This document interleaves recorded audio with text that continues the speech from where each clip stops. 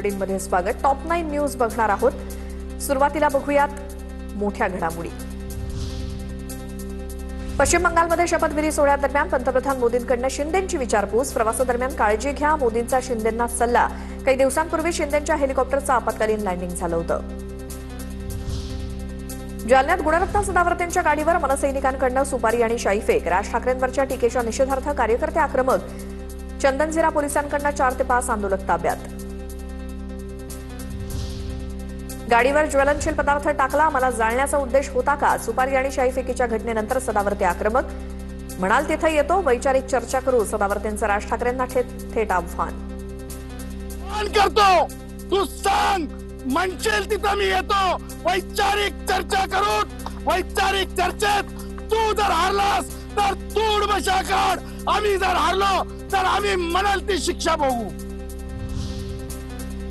मराठवाड्यातल्या काही जिल्ह्यांमध्ये चलन तुटवडा। लातूर, धाराशिव, परभणीतील बँकांमधून 500च्या नोटा गायब। चलन तुटवड्यामुळे शेतकरी आणि व्यापाऱ्यांसह सर्वसामान्य नागरिक अडचणीत। अंबादास दानवे यांनी वेधलं चलन तुटवड्याकडे लक्ष। मराठवाड्यातील बँकांमध्ये 500च्या नोटांचा तीव्र तुटवडा। लग्न सराईचा काळ आणि शेतकऱ्यांच्या पेरणीपूर्व मशागतीचे दिवस असल्यामुळे नागरिक अडचणीत असल्यामुळे लवकरात लवकर समस्या सोडवावी, आरबीआयला विनंती। राज्यात मराठीचे 12 वाजले। 10वीचे 94,000 विद्यार्थी मराठी विषयात नापास। व्याकरणाच्या चुका आणि वाचनाच्या अभावामुळे मराठीचा रिपोर्ट फेल। शिक्षण तज्ज्ञांचा धक्कादायक अहवाल समोर। शिर्डीतील जमीन खरेदीसाठी सीए ललित पोफळेनं पैसे दिल्याचा अशोक खराचा दावा। सूत्रांची माहिती तर पोफळेनं पैसे दिल्याचं पोलीस तपासातनं समोर। जवळपास 5.25 कोटींचा हा व्यवहार झाल्याचं उघड। तर जमीन खरेदीसाठी एवढे पैसे पोफळे बंधूंनी कुठून आणले याचा तपास होणार का, याकडे लक्ष।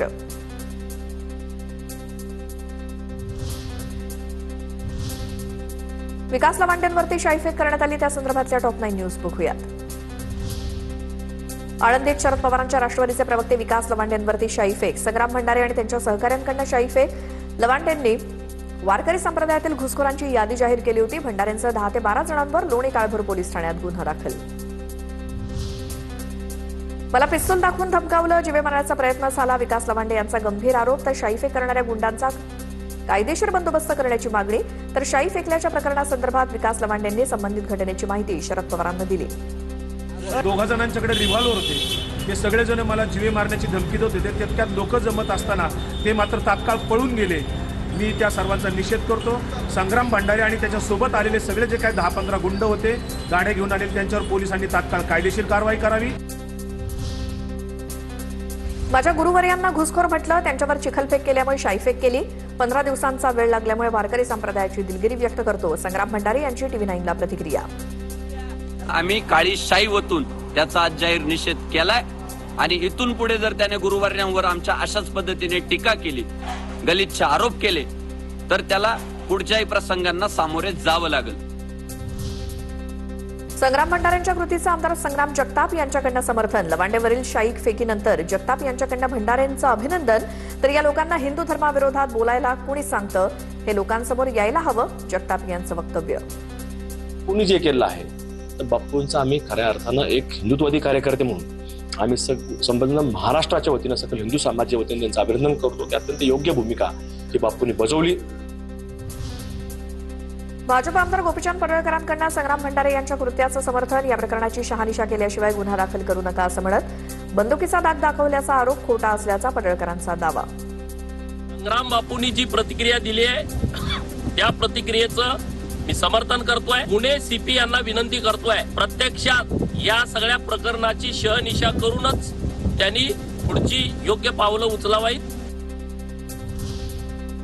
तर संग्राम भंडारे खरंच वारकरी संप्रदायाचे आहेत का? हे असंच सुरू राहिलं तर महाराष्ट्राचा तालिबान झाल्याशिवाय राहणार नाही। लवांडेंवरील शाईफेकीनंतर राष्ट्रवादी काँग्रेसचे नेते प्रशांत जगताप यांची टीका। तर मुख्यमंत्र्यांना आपल्या पदाधिकाऱ्यांनी केलेली पाठराखण मान्य आहे का, जगताप यांचा सवाल।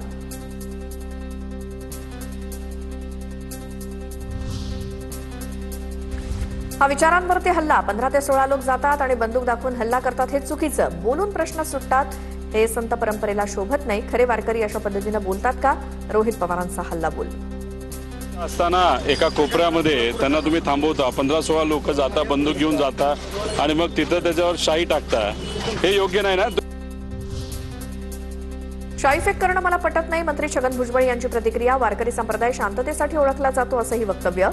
तर विचारांनी सामना करा. वारकरी विचार शाईफेक करा असं सांगतो का? अंबादास दानवे संग्राम भंडारेंवरती संतापले. शाही फेकणं वगैरे वगैरे मला तरी ते काही पटत नाही. असं एक करू नये.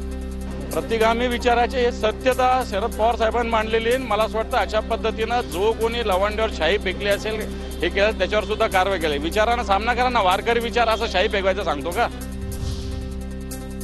शाईफेक प्रकरणानंतर विकास लवांडेंवरती दुग्धाभिषेक. लोणी काळभोर पोलीस ठाण्याबाहेरच समर्थकांकडून लवांडेंवरती दुग्धाभिषेक.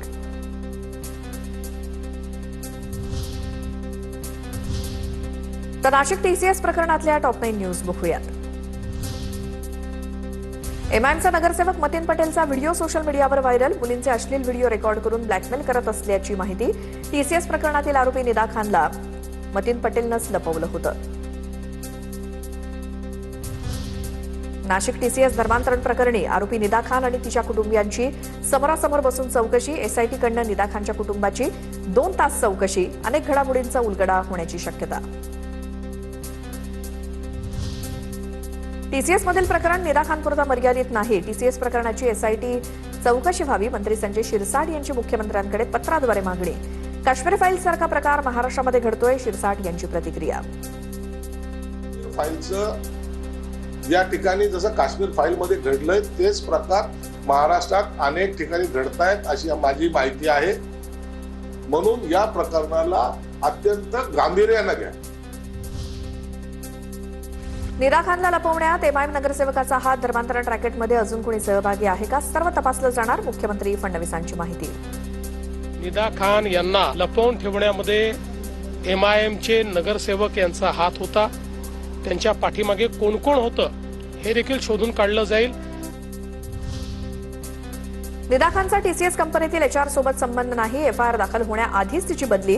निदा खानवरील आरोप कोर्टात टिकणार नाही. ओवेसींकडनं आरोपी निदा खानची पाठराखण. निदा खानला संरक्षण देणाऱ्यांना अटक करा. या प्रकरणामध्ये आरोप प्रत्यारोप करून काही जण राजकारण करतायत. निदा खानला एमआयएमचे लोक लपवत होते तेव्हा पोलीस काय करत होते? अंबादास दानवेंचा सवाल. जो कोणी आरोपी असेल त्याला अटक झाली पाहिजे. त्याच्यावर कारवाई झाली पाहिजे. तो कोणत्या का पक्षाचा असेल. मला वाटतं देशात काय नवीन काय घडलं. मला वाटतं राजकीय बोलण्यापेक्षा जर ती कोणती जिया खान आरोपी असेल तिच्यावर कारवाई झाली पाहिजे. तिला संरक्षण देणाऱ्यावर कारवाई झाली पाहिजे. आरोपाची काय गरज आहे? तर एमआयएम नगरसेवकांना निदा खानला लपवलं असेल तर पोलीस कारवाई करतील. समाजविघातक कृत्य करणाऱ्यांना सरकार सोडणार नाही. भाजपच्या नेत्या चित्रा वाघ यांची प्रतिक्रिया. नाशिकमधील टीसीएस प्रकरणी राष्ट्रीय महिला आयोगाचा अहवाल सादर. आयोगाच्या शिफारशींनुसार कठोर आणि कारवाईचं आश्वासन. महिला आयोगाकडनं मुख्यमंत्री फडणवीसांना अहवाल सुपूर्द.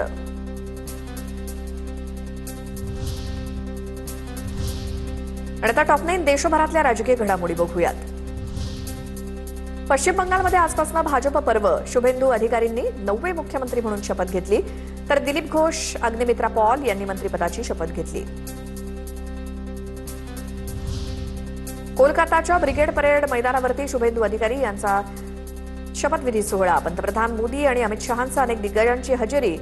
गुडघ्यावर बसून पंतप्रधान मोदींचा जनतेला नमस्कार. महाराष्ट्रातनं मुख्यमंत्री फडणवीसांचा दोन्ही उपमुख्यमंत्र्यांची उपस्थिती.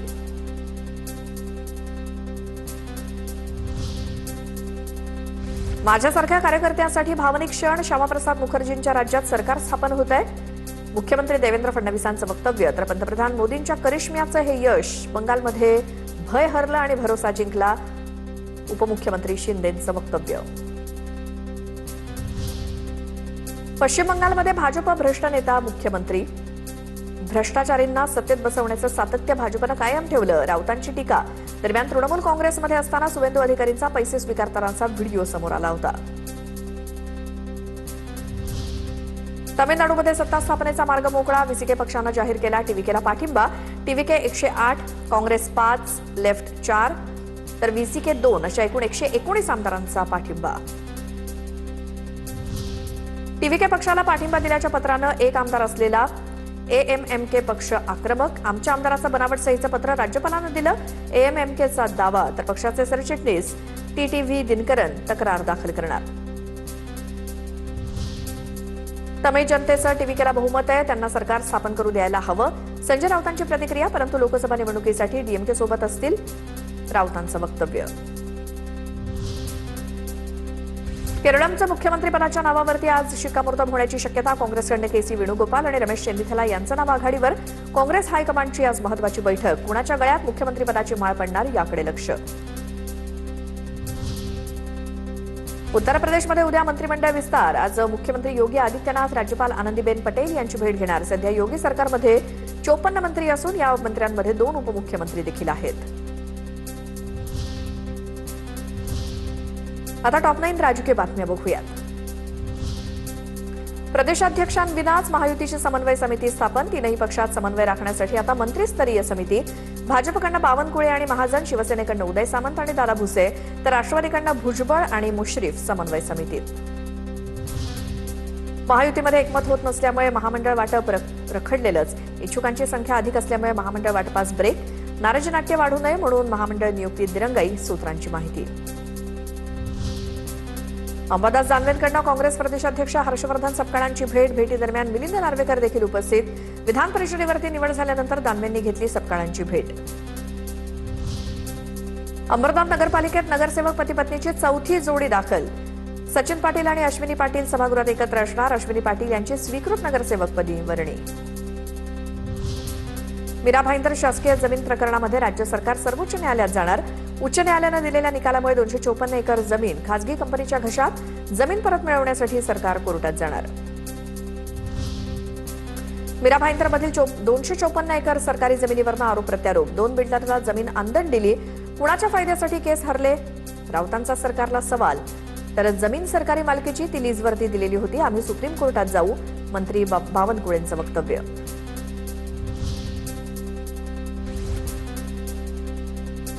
शहरातील अनधिकृत कॅफेवरती कारवाई करा. शहरामध्ये विनापरवाना सुरू असलेल्या कॅफेमध्ये गैरप्रकार वाढत असल्याची घटना समोर आल्यानंतर प्रकाश सोळंकेंकडनं माजलगाव पोलिसांना निवेदन.